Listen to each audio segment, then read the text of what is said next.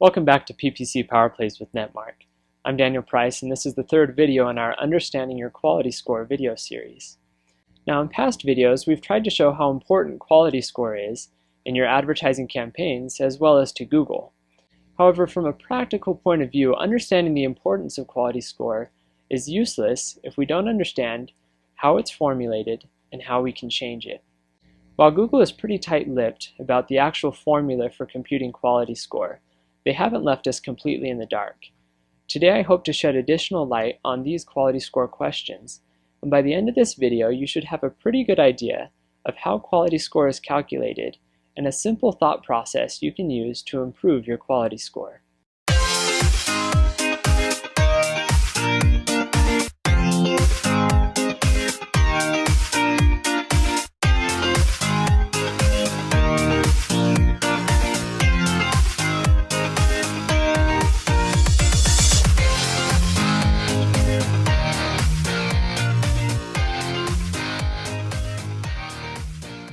If you go onto Google's blogs and help pages, they'll give you a whole list of things that they take into consideration when determining your quality score. They then group this list into three categories: landing page quality, ad relevance, and click-through rate. While this information is useful, trying to piece together an improvement strategy based on this information can still be daunting for two reasons. First, a lot of people get caught in a circular logic loop that looks something like this. If I increase my relevance, it increases my click-through rate. But if I increase my click-through rate, it increases my relevance. While most of the time we don't have both of these arrows drawn at the same time, people tend to be loose in how they define this relationship between click-through rate and relevance, drawing the arrow from click-through rate to relevance one day and from relevance to click-through rate the next. So let's definitively define this relationship by removing one of these arrows. As you can see, this is a better representation of the factors that impact quality score. Relevance now affects click-through rate, but click-through rate does not affect relevance. Here's the reason why. Relevance is a measure of advertiser effort, while click-through rate is a measure of user votes. Increasing your relevance increases the likelihood of getting a user to vote for you with a click, but getting a click does not mean that your advertisement was of high quality. Remember that the reason for quality score was to reward advertisers for making quality investments, and separating the factors in this way allows Google to reward you for making investments in ad relevance, but still placing a high priority on user preferences and decisions. Keep this relationship in mind as we move on to the second problem.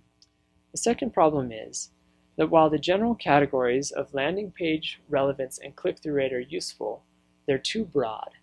There are so many things that determine landing page experience, for instance, that it can be difficult to identify the specific aspects that need to be addressed.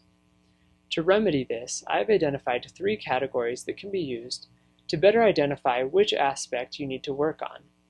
These are ease, relevance, and trust. Using Google's guidelines and these factors together, we can make a decision matrix to direct our improvement efforts. Here I have broken down many of the individual aspects that Google has admitted they take into consideration and inputted them into a decision matrix. Let's take a quick look at how this works.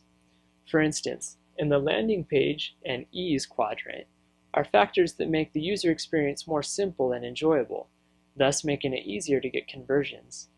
Things like load time, user engagement, and conversion funnel length all fall in this quadrant. Now note real quick that I've added the subtitles of advertiser effort and user votes to relevance and click-through rate. So under advertiser effort, to increase your ad relevance, there are factors like whether or not your keyword appears in your advertisement, or whether or not your ad has clear calls to actions. While under the user votes region of trust, we have factors such as brand popularity and reviews, which Google indirectly monitors through click-through rate. Note that because relevance affects click-through rate, anything under the relevance category also applies to click-through rate, but not vice versa. In future videos, we'll dig deeper into some of these regions more in depth, but for now I suggest you take a quick second and familiarize yourself with this table and some of its elements. Once you're familiar with it, you can use this to quickly identify what you need to work on to best improve your quality score by asking yourself these simple questions. Which aspect is currently suffering? Landing page, relevance, or click-through rate? And then asking yourself, is my ad and website easy to use, relevant to the searcher, and presented in a trustworthy way? Using this method, you can cut down on the time needed to diagnose what is dragging down your quality score and make a quick plan to improve it.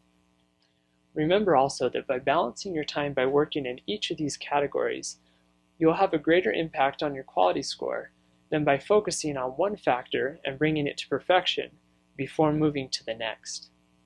We'll call that good for today, but next week we'll start digging deeper into some of these factors. Thanks for watching PPC Power Plays, and we'll see you next time.